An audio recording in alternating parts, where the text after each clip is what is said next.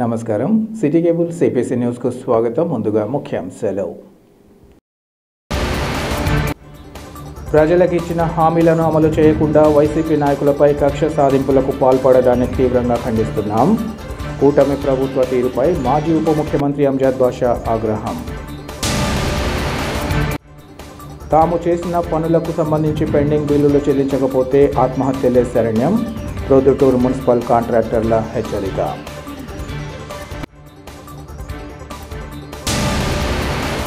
రాష్ట్రానికి సంజీవని లాంటి ప్రత్యేక హోదాను పట్టించుకోకుండా స్వర్ణాంధ్ర ప్రతిపక్ష హోదా అంటూ జపం చేయడం తగదు. చంద్రబాబు వైఎస్ జగన్ తీరుపై కాంగ్రెస్ నేత తులసిరెడ్డి మండిపాటు. రాష్ట్రంలో కూటమి ప్రభుత్వం ప్రజలకిచ్చిన హామీలను అమలు చేయకుండా వైసీపీ నాయకులపై కక్ష సాధింపు చర్యలకు పాల్పడడాన్ని తీవ్రంగా ఖండిస్తున్నామని మాజీ ఉప ముఖ్యమంత్రి అంజద్ బాషా పేర్కొన్నారు. కడప నగరంలోని తన కార్యాలయంలో ఈ మేరకు తన కార్యాలయంలో మీడియాకు తన అభిప్రాయాన్ని తెలియజేశారు. రాష్ట్రంలో రెడ్ బుక్ రాజ్యాంగం అమలవుతుండగా ప్రజాస్వామ్యం ఖూనీ అయిందన్నారు. విమర్శలను కూటమి ప్రభుత్వం తట్టుకోలేకపోతుందని, అందుకే పోసాని కృష్ణమురళిని అరెస్ట్ చేశారని అన్నారు. ఆయనకిచ్చిన నోటీసులో 27వ తేదీ అరెస్ట్ చేస్తున్నట్లు ఉండడం, ఒకరోజు ముందుగా ఆయనను అదుపులోకి తీసుకోవడం ఎంతవరకు సమంజసమని ప్రశ్నించారు. పోసాని కృష్ణమురళి వివిధ సమీక్షల్లో న్యాయపరంగా చట్టపరంగా తన అభిప్రాయాలు తెలియజేశారన్నారు. కూటమి ప్రభుత్వం అధికారంలోకి వచ్చాక రెడ్ బుక్లో పేర్కొన్నట్లు వైసీపీ నేతలను అక్రమ అరెస్టులతో వేధించడం ఏమాత్రం తగదన్నారు. ముఖ్యమంత్రి ఉప ముఖ్యమంత్రి ప్రజలకిచ్చిన హామీలను ఏమాత్రం నెరవేర్చారో ఆత్మవిమర్శ చేసుకోవాలన్నారు. మంచి పరిపాలన అందిస్తారని గత ఎన్నికల్లో రాష్ట్ర ప్రజలు కూటమి నేతలకు పట్టం కట్టగా హామీలను విస్మరించి వైసీపీ నేతలను ఇబ్బందులు గురి చేయడమే పనిగా పెట్టుకున్నారన్నారు. పోసాని అరెస్ట్ను తీవ్రంగా ఖండిస్తున్నట్లు ఈ సందర్భంగా చెప్పారు.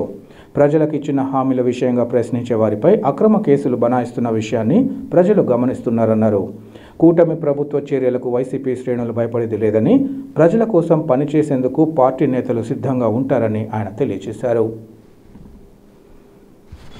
నిన్న రాత్రి పోసాని మురళీకృష్ణ గారిని పోలీసులు హైదరాబాద్లో అరెస్ట్ చేయడం జరిగింది. నిజంగా ఆంధ్ర రాష్ట్రంలో ఈరోజు రెడ్ బుక్ పరిపాలన కొనసాగుతుంది. దానికి నిదర్శనమే నిన్న రాత్రి హఠాత్తుగా పోసాని మురళీకృష్ణ గారిని పోలీసులు అరెస్ట్ చేయడము. మరి ఆ పోలీసులు ఆ వీడియోలు కూడా వైరల్ అవుతున్నాయి. ఆ పోలీసులు వచ్చి మేము అనంతపురం నుంచి వచ్చాము అని చెప్పి ఒక నోటీస్ కూడా ఇవ్వడం జరిగింది. నిజంగా ఆ నోటీస్ చూస్తే 27వ తేదీ అరెస్ట్ చేసినట్టుగా మరి ఆ నోటీస్లో పొందుపరచడం జరిగింది. 27వ తేదీ అనగా ఈనాడు రాత్రి 8:45 అరెస్ట్ చేశామని చెప్పి ఆ నోటీస్లో పొందుపరచడం జరిగింది. మరి ఇలాంటి చర్యలు కేవలం ఈ కూటమి ప్రభుత్వంలోనే జరుగుతాయని చెప్పి కూడా దీనికి నిదర్శనం. తీరా అది చూస్తే ఆ నోటీసులో చూస్తే మరి సంబేపల్లికి సంబంధించి మరి అన్నమయ్య జిల్లాకు సంబంధించిన పోలీసులు మరి ఆయనకు అరెస్ట్ చేయడం నిజంగా చాలా బాధాకరమైన విషయము, చాలా దుర్మార్గం అని చెప్పి కూడా ఈ సందర్భంగా తెలియజేసుకుంటున్నాను. ఎందుకంటే పోసాని మురళీకృష్ణ గారు ఎప్పుడు కూడా డిబేట్లలో న్యాయపరంగా చట్టపరంగా మరి అదేవిధంగా ఈ ప్రభుత్వం గత ప్రభుత్వం చేసిన ఏదైతే ఉన్నాయో మరి ఈనాడు ఈ ప్రభుత్వం చేస్తున్న నిర్వాహకులను ప్రజలకు స్పష్టంగా తెలియజేస్తున్నందుకు మరి ఈరోజు ఈ కూటమి ప్రభుత్వం మరి వాళ్ళు ఏదైతే చెప్పినట్టుగానే రెడ్ బుక్లో ఏదైతే ఆయన పేరును పొందుపరిచిన తర్వాత మరి ఈరోజు అధికారంలోకి వచ్చిన తర్వాత మరి ఆ రెడ్ బుక్ పరిపాలనను కొనసాగిస్తూ మరి ఈరోజు వైఎస్ఆర్ కాంగ్రెస్ పార్టీ నాయకులను, సానుభూతి పరులను మరి అక్రమైన కేసులు బనాయిస్తూ మరి వాళ్ళను అరెస్ట్ చేస్తూ మరి వాళ్ళకు రిమాండ్లకు పంపిస్తున్న పరిస్థితి ఈరోజు మన అందరికీ కూడా తెలిసిన విషయమే. మరి ఒకటే నేను ఈ కూటమి ప్రభుత్వంలో మరీ ముఖ్యంగా ముఖ్యమంత్రి చంద్రబాబు నాయుడు గారికి మరి అదేవిధంగా ఉప ముఖ్యమంత్రి పవన్ కళ్యాణ్ గారికి నేను ఒకటే కోరదలుచుకున్నాను. మరి మీ ప్రభుత్వం అధికారంలోకి వచ్చి మరి ఈరోజు ప్రజలకు ఇచ్చిన మాటలు ఏమైపోయాయి? మీరు ప్రజలకు ఇచ్చిన హామీలు ఏమైపోయాయి? మరి ఆ హామీలు నెరవేర్చాలని ఏ కోశాన మీకు లేదు, చిత్తశుద్ధి లేదు. పేద ప్రజలకు మరి అదైతే బడుగు బలహీన వర్గాలకు మైనార్టీలకు మీరు ఇచ్చిన హామీలేంటి? మరి ఈరోజు ఈ 9 నెలల కాలంలో మీరు ఆ ఇచ్చిన హామీల్లో ఎంతవరకు హామీలు నెరవేర్చి ప్రజలకు మేలు చేశారో ఒకసారి ఆలోచన చేసుకోండి, ఒకసారి ఆత్మవిమర్శన చేసుకోండి. ఒక మంచి పరిపాలన ఈ రాష్ట్ర ప్రజలకు అందిస్తారని చెప్పి ఆలోచన చేసి ప్రజలకు మీకు పట్టం కట్టడం జరిగింది. మరి అలాంటిది చేయకోకుండా, మరి ప్రజలకు మేలు చేయకోకుండా, ప్రజలకు మంచి పరిపాలన అందించుకోకుండా మరి ఈరోజు కేవలం వైఎస్ఆర్ కాంగ్రెస్ పార్టీ నాయకులను మరి ఇబ్బందులు పెట్టడము, ఆర్థికంగా అన్ని రకాలుగా వాళ్ళకు ఇబ్బంది పెట్టడము, మరి అదేవిధంగా వాళ్ళ మీద అక్రమ కేసులు బనాయించి మరి వాళ్లకు రిమాండ్కు పంపించడం తప్ప మీరు ఈ 9 నెలల కాలంలో చేసింది శూన్యం. మరి అలాంటిది ఈరోజు పోసాని మురళీకృష్ణ గారిని అరెస్ట్ చేయడం నిజంగా మేము దీన్ని తీవ్రంగా ఖండిస్తున్నాము. ఖచ్చితంగా ఏదైతే సబ్జెక్ట్ పరంగా మాట్లాడే వ్యక్తి, మరి అదేవిధంగా ఈ ప్రభుత్వం చేస్తున్న నిర్వాహకులని ప్రజలకు తెలియజేసే విధంగా మరి ఆ రకంగా మాట్లాడే వ్యక్తికి, ఎందుకంటే ఈరోజు ఈ ప్రజాస్వామ్య దేశంలో వాక్ స్వాతంత్రం కూడా లేని పక్షంగా ఈరోజు ఈ కూటమి ప్రభుత్వం వ్యవహరిస్తుంది. ఎవరన్నా మాట్లాడాలన్నా ఈ ప్రభుత్వానికి వ్యతిరేకంగా మాట్లాడన్నా ఈరోజు భయపడుతున్న పరిస్థితి ఈరోజు ఈ రాష్ట్రంలో దాపరించిన పరిస్థితి మనం గమనిస్తున్నాం. మరి ఈరోజు కేవలం ఈ ప్రభుత్వం చేస్తున్న ఏదైతే ఇచ్చిన హామీలు నెరవేర్చండి అని చెప్పి గుర్తు చేస్తే కూడా మరి వాళ్ళ మీద అక్రమ కేసులు బనాయించి మరి ఈ రకంగా ఈ దుర్మార్గమైన పరిపాలన ఈరోజు ఈ రాష్ట్రంలో మరి చంద్రబాబు నాయుడు గారి సారథ్యంలో మరి ఈరోజు నడుస్తున్న పరిస్థితి ఈరోజు రాష్ట్ర ప్రజలందరూ కూడా గమనించాల్సిన అవసరం ఉంది. మరి ఈరోజు మేమందరం కూడా ఒకటే చెప్తున్నాం, మీరు ఎన్ని కేసులు పెట్టుకున్నా కూడా వైఎస్ఆర్ కాంగ్రెస్ పార్టీ సానుభూతి పరులు కానీ నాయకులు కానీ ఎవరు కూడా మరి భయపడే పరిస్థితి లేదు. ఖచ్చితంగా రెండింతల ఉత్సాహంతో పనిచేస్తాం, ప్రజల కోసం పనిచేస్తాం. ప్రజలకు ఎక్కడ కష్టం వచ్చినా కూడా వైఎస్ఆర్ కాంగ్రెస్ పార్టీ అండగా ఉంటుంది. వైఎస్ఆర్ కాంగ్రెస్ పార్టీ నాయకులు మరి ఆ ప్రజలకు అండగా ఉంటారని చెప్పి కూడా ఈ సందర్భంగా తెలియజేసుకుంటూ మరొక్కసారి మరి ఏదైతే దుర్మార్గంగా పోసాని కృష్ణ మురళి గారిని అరెస్ట్ చేసిన తీరు, వ్యవహారము నిజంగా చాలా దారుణం. మేము దీన్ని పూర్తిగా ఖండిస్తున్నాం. మహాశివరాత్రిని పురస్కరించుకొని పొలతలకు వెళ్లిన భక్తులకు అన్నదానం చేయడం అదృష్టంగా భావిస్తున్నానని శివభక్తుడు ఈశ్వరయ్య తెలిపారు. జిల్లాలోని పెళ్లిమరి మండలం ఎల్లటూరు పంచాయతీలో గల శ్రీ వరసిద్ధి వినాయక దేవస్థాన ఆవరణంలో భక్తులకు పెద్ద ఎత్తున అన్నదాన కార్యక్రమాన్ని ఏర్పాటు చేశారు. ఈ సందర్భంగా ఆయన మాట్లాడుతూ ప్రతి ఏడాది తాము ఈ కార్యక్రమాన్ని నిర్వహిస్తూ వస్తున్నామన్నారు. మహాశివరాత్రికి గాను పొలతల పుణ్యక్షేత్రానికి వెళ్లి తిరిగి తమ స్వస్థలాలకు వెళ్తున్న వారి కోసం ఈ కార్యక్రమాన్ని నిర్వహిస్తూ వస్తున్నట్లు వారు తెలిపారు. ఇటువంటి పవిత్ర కార్యక్రమాన్ని నిర్వహించి భక్తుల ఆకలి తీర్చడం పరమేశ్వరుడికి తమకు కల్పించిన అదృష్టంగా భావిస్తున్నట్లు ఆయన చెప్పారు. భవిష్యత్తులో కూడా ఈ కార్యక్రమాన్ని మరింత పెద్ద ఎత్తుగా నిర్వహించేలా భగవంతుడు ఆశీర్వదించాలని కోరుకుంటున్నట్లు ఆయన తెలిపారు. ఈ కార్యక్రమంలో వెల్లటూరు పంచాయతీ ప్రముఖులు ఇంకా గ్రామస్తులు పాల్గొన్నారు.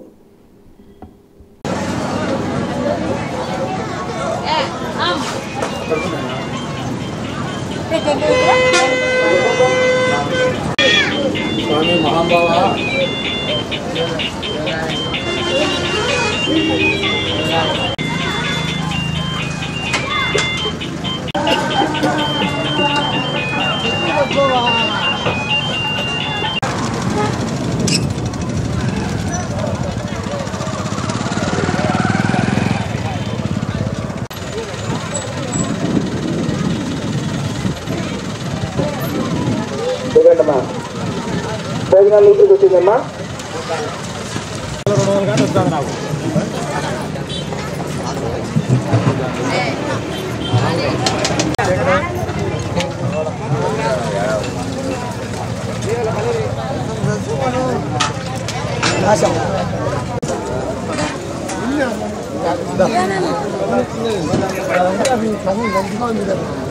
Kamlu.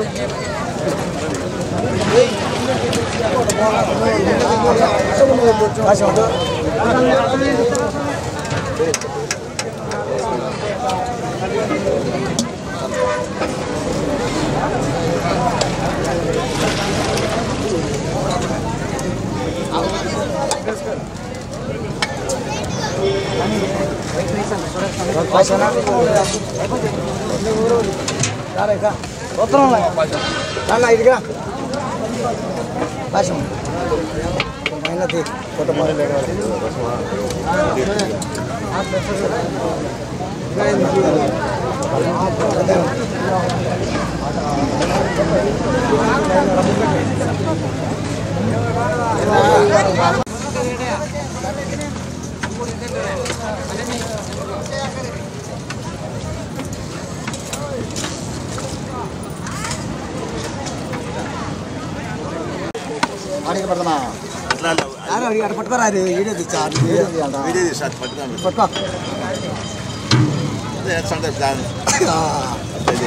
మీటింగ్ పెట్టారు మన దగ్గర వెళ్ళారు పెట్టించుకుంటారు కొట్టోళ్ళకి ఉపాయం ఎక్కువ అయిపోయింది సమయం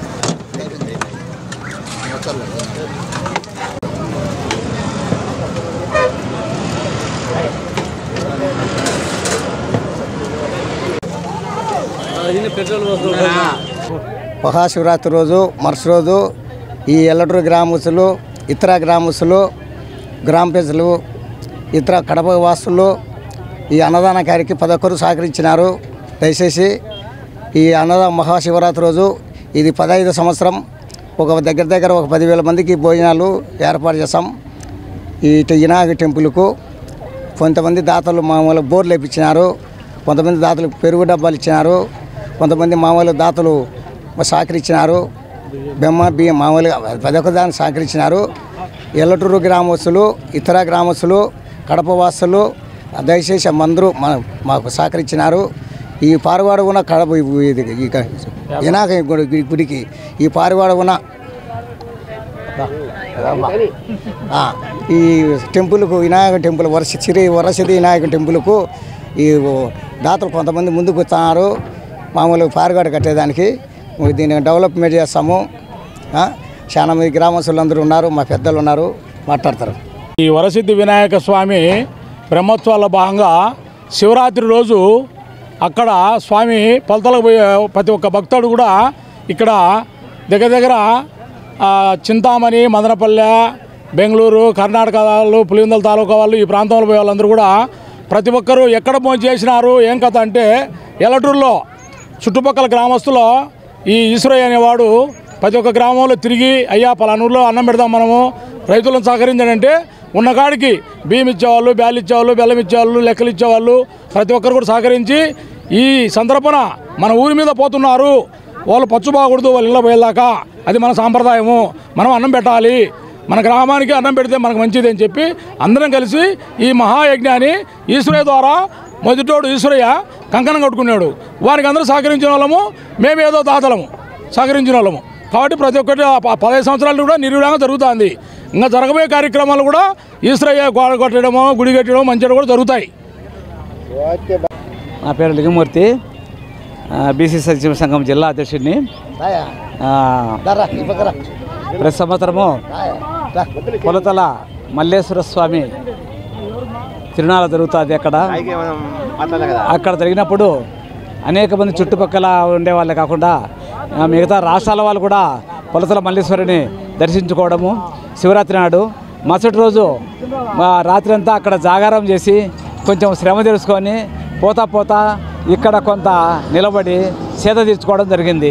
ఈ సేద తీర్చుకోవడంలో మన భక్తులైనటువంటి ఈశ్వరయ్య గారు ఇక్కడ అనేక మందికి అన్నదానం చేసి వారికి కొంత స్వాంతన చేకూర్చి ఇక్కడి నుంచి ప్రశాంతంగా వారు ఇల్లుకు చేరుకునే దానికోసము, ఈ సహాయం చేసే దానికోసము ఇక్కడ వినాయక విగ్రహం దగ్గర ఉన్నటువంటి ఎల్లటూరు గ్రామంలో అన్ని రోడ్డు మార్గంలో మెయిన్ రోడ్డు మార్గంలో ఉన్నటువంటి ఈ ప్రాంతంలో ఇక్కడ దీన్ని ఏర్పాటు చేయడము, అనేక మందికి అన్నదాన కార్యక్రమంలో వాళ్ళందరికీ భోజనాల సౌకర్యాలు కల్పించడము చాలా సంతోషము. ఈ అన్నదాన కార్యక్రమము చాలా గొప్పది. ఇటువంటి సౌకర్యాన్ని కల్పించేందుకు ఈశ్వరయ్యకు ధన్యవాదాలు తెలుపుకుంటున్నాం. వడ్డీలకు తెచ్చి చేసిన పనులకు సంబంధించిన పెండింగ్ బిల్లులు చెల్లించకపోతే ఆత్మహత్యలే శరణమని ప్రొద్దుటూరు మున్సిపల్ కాంట్రాక్టర్లు తెలిపారు. ఏడాదిగా పెండింగ్లో ఉన్న మున్సిపాలిటీ పరిధిలో చేసిన కాంట్రాక్టు పనులకు సంబంధించిన బిల్లులను తక్షణం చెల్లించాలని మున్సిపల్ రిజిస్ట్రార్ కాంట్రాక్టులు మున్సిపల్ కమిషనర్ మల్లికార్జునను కలిసి వినతి పత్రాన్ని సమర్పించారు. ఈ మేరకు వారు మీడియాతో మాట్లాడుతూ చిన్న బిల్లులు కూడా సంవత్సరాల తరబడి పెండింగ్లో పెట్టడం ఏమాత్రం సమంజసం కాదన్నారు. ఎన్నో కష్ట నష్టాలు ఎదుర్కొని పనులు చేయడం జరుగుతుందని, ఇలాంటి తరుణంలో బిల్లులను చెల్లించాల్సిన అవసరం ఉందన్నారు. ఇప్పటికైనా చేసిన పనులకు బిల్లులు చెల్లించకపోతే తాము ఆత్మహత్య చేసుకోవాల్సి వస్తుందని కాంట్రాక్టర్లు ఈ సందర్భంగా అధికారులను హెచ్చరించారు. అలాగే బిల్లులు చెల్లించకుండా ఇంకా పనులు చేయాలని తమపై ఒత్తిడి తేవడం సరైంది కాదని వారు వివరించారు.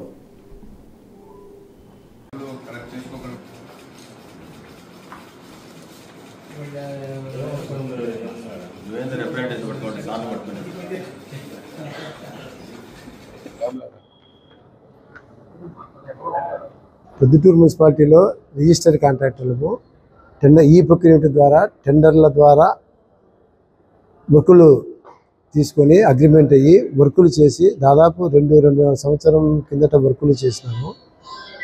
కానీ ఇంతవరకు పేమెంట్లు జరగలేదు. ఇప్పుడు ఇంకా వర్కులు చేయమని చెప్పేసి ప్రెజర్ చేస్తున్నారు. ఇంకను ఈఎండీలు అది ఎప్పుడు డిపాజిట్ కిందనే ఉండాల్సింది. ఆ ఈఎండీలు ప్రపోజల్ పెట్టినా కూడా దాన్ని కూడా ఈఎండీలు కూడా ఇవ్వడానికి డబ్బు లేదంటున్నారు. కాబట్టి కమిషనర్ గారిని కలిసి వర్కులకు బిల్లులు చెల్లించాలని చెప్పేసి ప్రెజర్ చేసి రిప్రజెంటేషన్ ఇచ్చింది. మున్సిపల్ ఆఫీస్ ఎదుట ఆత్మహత్య చేసుకోవడానికి కూడా సిద్ధంగా ఉన్నామని చెప్పేసి తెలియజేయడం జరిగింది. పొద్దుటూరు మున్సిపల్ కాంట్రాక్టర్ల అసోసియేషన్ మాజీ అధ్యక్షునిగా నేను మాట్లాడుతున్నాను. ఇప్పుడు ఏం లేదు, ఇప్పుడు మున్సిపాలిటీలో 30 సంవత్సరాల నుంచి మేము కాంట్రాక్టర్ చేస్తూ వచ్చినాము. గతంలో కూడా బిల్లులు ఎప్పుడు పడకుండా 6 నెలలు 4 నెలల్లోనే బిల్లులు పడకుండా ఉన్నాయి. అప్పుడు పోయి కమిషనర్ని అడుగుతున్నాము, వాళ్ళు ఇస్తున్నారు. ఇప్పుడు దాదాపు సంవత్సర కాలం అయింది, బిల్లులు రాలేదని. నేనైతే ఇప్పుడు కాంట్రాక్టర్గా పని చేయడం లేదు. కాకపోతే కాంట్రాక్టర్ల తరఫున నేను కాంట్రాక్టర్గా రెగ్యులర్ కాంట్రాక్టర్గా ఉన్నాను కాబట్టి వచ్చి మాట్లాడుతున్నా. మాకు సంవత్సర కాలం నుంచి మా తోటి కాంట్రాక్టర్లకు అందరికీ బిల్లులు రానందున మేము కమిషనర్ గారిని కలిసి ఒక అర్జీ ఇచ్చినాము. అర్జీ ఇచ్చి మాకు బిల్లులు తొందరగా రాని పక్షంలో కాంట్రాక్టర్లు చాలా నిరవధిక సమ్మె చేస్తామని కూడా చెప్తున్నాము. తర్వాత కూడా ఇంకా ఇబ్బంది జరిగితే ఆత్మహత్యలు చేసుకుంటాము. మాకు బిల్లులు రాని పక్షంలో భార్య పిల్లలము చాలా ఇబ్బంది పడుతున్నాము. దాదాపు 25 కోట్ల రూపాయలు బిల్లులు కాంట్రాక్టర్లకు రావాల్సి ఉన్నది. తర్వాత చిన్న కాంట్రాక్టర్లు 1 లక్ష, 3 లక్షలు, 2 లక్షలు రావాల్సిన వాళ్ళు ఉన్నారు, 10 లక్షలు రావాల్సిన వాళ్ళు ఉన్నారు, 1 కోటి రూపాయలు రావాల్సిన వాళ్ళు ఉన్నారు. చాలా మంది వీళ్ళందరికీ తొందరగా బిల్లులు ఇచ్చి మా కాంట్రాక్టర్ల భార్య పిల్లలను మా సంసారాలను కాపాడవలసిందిగా కోరుతున్నాం. మహాశివరాత్రి సందర్భంగా వేంపల్లె పట్టణంలో వెలిసిన 100 సంవత్సరాల చరిత్ర గల శ్రీ భవానీ రామలింగేశ్వర స్వామి మఠంలో విశేష పూజలను నిర్వహించారు. ఆలయ అర్చకులు దుర్బాక వెంకట నరసయ్య ఆధ్వర్యంలో రాత్రి 12 గంటలకు లింగోద్భవ సమయంలో ప్రత్యేక అభిషేకాన్ని నిర్వహించారు. ఈ సందర్భంగా ఆయన మాట్లాడుతూ ప్రతి శివాలయంలో మహాశివరాత్రి రోజు రాత్రి 11 గంటలకు లింగోద్భవాన్ని ఘనంగా నిర్వహించారన్నారు. ఈ సమయంలో లింగ దర్శనం, స్వామివారికి చేసే అభిషేకాల దర్శనం చేసుకుంటే మహాపుణ్యఫలం సిద్ధిస్తుందన్నారు. ఈ సమయంలో స్వామివారిని బిల్వపత్రాలతో పూజించి పంచామృతాలతో అభిషేకిస్తే సంవత్సర కాలం నిత్య శివారాధన చేసిన ఫలితం దక్కుతుందని తెలిపారు. మహాశివరాత్రి రోజున శివనామ స్మరణం చేసిన, శివార్చన చేసిన విశేషమైన ఫలితం పొందుతారని వివరించారు. అనంతరం వేంపల్లె పట్టణ పురవీధుల్లో మహిళలు, యువకులు, గ్రామ ప్రజలు శివనామ స్మరణతో భజనలు చేస్తూ శివుని పాటలు పాడుతూ నగర సంకీర్తన చేసి తమ భక్తిని చాటుకున్నారు. అనంతరం భక్తులకు తీర్థ ప్రసాదాలను అందించారు.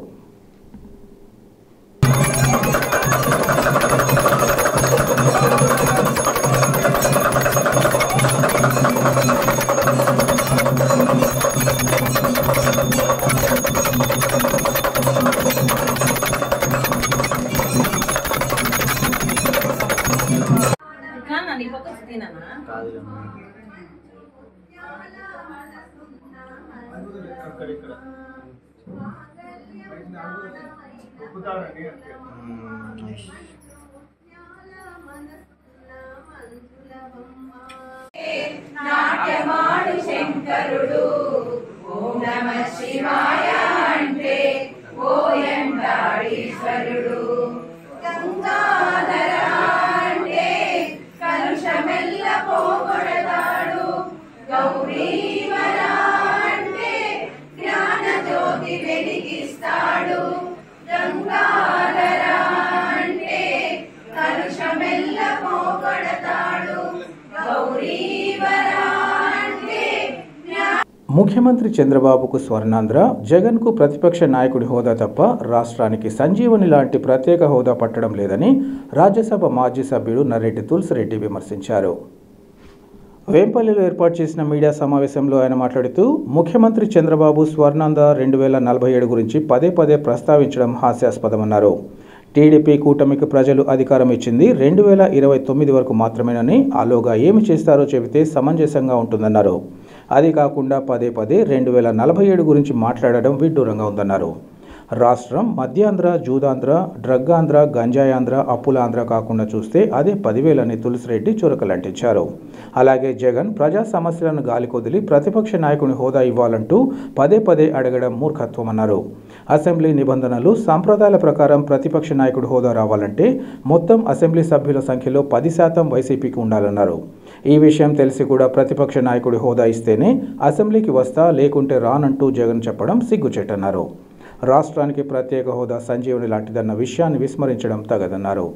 ఇకనైనా స్వర్ణాంధ్ర ప్రతిపక్ష హోదా నినాదాన్ని చంద్రబాబు, జగన్ పక్కన పెట్టి ప్రత్యేక హోదా కోసం పోరాడాలని తులసిరెడ్డి హితవు పలికారు. ముఖ్యమంత్రి చంద్రబాబు నాయుడు గారికి స్వర్ణాంధ్ర 2047 పిచ్చి పట్టుకుంది. మాజీ ముఖ్యమంత్రి జగన్మోహన్ రెడ్డి గారికి ప్రతిపక్ష నాయకుని హోదా పిచ్చి పట్టుకుంది. రాష్ట్రానికి సంజీవని లాంటి ప్రత్యేక హోదా గురించి ఇద్దరూ పట్టించుకోవడం లేదు. ముఖ్యమంత్రి చంద్రబాబు నాయుడు గారు పదే పదే స్వర్ణాంధ్ర 2047 గురించి మాట్లాడుతున్నారు. ప్రజా తీర్పు 2029 వరకు, అంతవరకు మాట్లాడితే అర్థం ఉంటుంది. అంతే తప్ప ఎప్పుడో వచ్చే 2047 గురించి ఇప్పుడే మాట్లాడడం అనేది ఇది చాలా హాస్యాస్పదంగా ఉంది, విడ్డూరంగా ఉంది. అప్పటికి ఎవరు బతికి ఉంటారో ఎవరు బతికి ఉండరో తెలియదు, ఏ పార్టీ ఉంటుందో ఏ పార్టీ ఉండదో తెలియదు. దాని గురించి 2047 స్వర్ణాంధ్ర గురించి మాట్లాడడం అనేది ఇది ఏమాత్రం సమంజసం కాదు. రాష్ట్రం మధ్యాంధ్రప్రదేశ్గా, జూదాంధ్రప్రదేశ్గా, డ్రగ్ ఆంధ్రప్రదేశ్గా, గంజాయి ఆంధ్రప్రదేశ్గా, అప్పుల ఆంధ్రప్రదేశ్గా తయారవుతూ ఉంది. కాబట్టి ముందు దాని గురించి, దాని మీద దృష్టి కేంద్రీకరిస్తే బాగుంటుందని కాంగ్రెస్ పార్టీ సూచిస్తూ ఉంది. ఇక రెండవది జగన్మోహన్ రెడ్డి గారు. రాష్ట్రంలో అనేక సమస్యలు ఉన్నాయి, ప్రజా సమస్యలు. వాటి గురించి పోరాటం చేయకుండా తనకు ప్రతిపక్ష నాయకుని హోదా ఇస్తేనే అసెంబ్లీకి హాజరైతా, లేకుంటే నేను కానీ మా పార్టీ ఎమ్మెల్యేలు కానీ హాజరు గారని చెప్పడం అనేది ఇది ఏమాత్రం సమంజసం కాదు. గతంలో అనేక దృష్టాంతాలు ఉన్నాయి, సాంప్రదాయాలు ఉన్నాయి. పార్లమెంటులో, లోక్సభలో కాంగ్రెస్ పార్టీకి 2019లో 52 మంది ఎంపీలు గెలిచారు. కానీ 10% కావాలంటే 54 మంది కావాలా, రెండే తక్కువ. అయినా కానీ ప్రతిపక్ష నాయకుని హోదా ఇవ్వలేదు. అదేవిధంగా అసెంబ్లీలో 1995 ఉమ్మడి ఆంధ్రప్రదేశ్లో 29 ఎమ్మెల్యేలు గెలవాల్సి ఉంటే 26 గెలిచేది కాంగ్రెస్ పార్టీ, 3 తక్కువ. అయినప్పటికీ కాంగ్రెస్ పార్టీకి ప్రతిపక్ష నాయకుని ప్రతిపక్ష పార్టీ హోదా ఇవ్వలేదు, పి జనార్దన్ రెడ్డికి ప్రతిపక్ష నాయకుని హోదా ఇవ్వలేదు.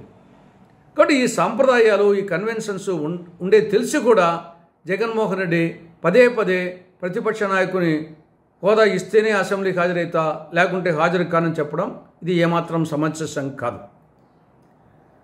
మూడవ అంశం ప్రత్యేక హోదా. ఇది రాష్ట్రానికి సంజీవని, ఇది రాష్ట్రం యొక్క హక్కు. ఇది ప్రత్యేక హోదా వస్తే ఈ యొక్క కేంద్ర పన్నుల్లో రాయితీలు వస్తాయి. తద్వారా పెట్టుబడిదారులు ఆ రాయితీల కోసం పరిశ్రమలు పెడతారు, పెట్టుబడులు పెడతారు. తద్వారా నిరుద్యోగ సమస్య నిర్మూలమవుతుంది లేదా తగ్గిపోతుంది. కేంద్ర ప్రాయోజిత పథకాల్లో, తర్వాత విదేశీ ఆర్థిక సహాయ సంస్థల సహకారంతో అమలయ్యే ప్రాజెక్టులకు కేంద్ర ప్రభుత్వము 90 నుంచి 100% భరిస్తుంది. కాబట్టి రాష్ట్రానికి వెసులుబాటు కలుగుతుంది. కాబట్టి దాని మీద దృష్టి కేంద్రీకరించాలి. దాని మీద ఏమాత్రం కేంద్రీకరించకుండా ఈయనేమో 2047 స్వర్ణాంధ్ర, ఆయనేమో ప్రతిపక్ష నాయకుని ఆ హోదా చెప్పేసి వాళ్ళిద్దరూ దాని మీద పదే పదే మాట్లాడడం ఏమాత్రం సమంజసం కాదు. ఇప్పటికైనా రాష్ట్రానికి రావాల్సినటువంటి ప్రత్యేక హోదా మీద దృష్టి కేంద్రీకరించాలని అటు ముఖ్యమంత్రి చంద్రబాబు నాయుడు గారికి, ఇటు మాజీ ముఖ్యమంత్రి జగన్మోహన్ రెడ్డి గారికి కాంగ్రెస్ పార్టీ సూచిస్తూ ఉంది. వార్తలు ముగించే ముందు ముఖ్యాంశాలు మరోసారి. ప్రజలకు ఇచ్చిన హామీలను అమలు చేయకుండా వైసీపీ నాయకులపై కక్ష సాధింపులకు పాల్పడడాన్ని తీవ్రంగా ఖండిస్తున్నాం. కూటమి ప్రభుత్వ తీరుపై మాజీ ఉప ముఖ్యమంత్రి అంజద్ బాషా ఆగ్రహం. తాము చేసిన పనులకు సంబంధించి పెండింగ్ బిల్లులు చెల్లించకపోతే ఆత్మహత్యలే శరణ్యం, ప్రొద్దుటూరు మున్సిపల్ కాంట్రాక్టర్ల హెచ్చరిక.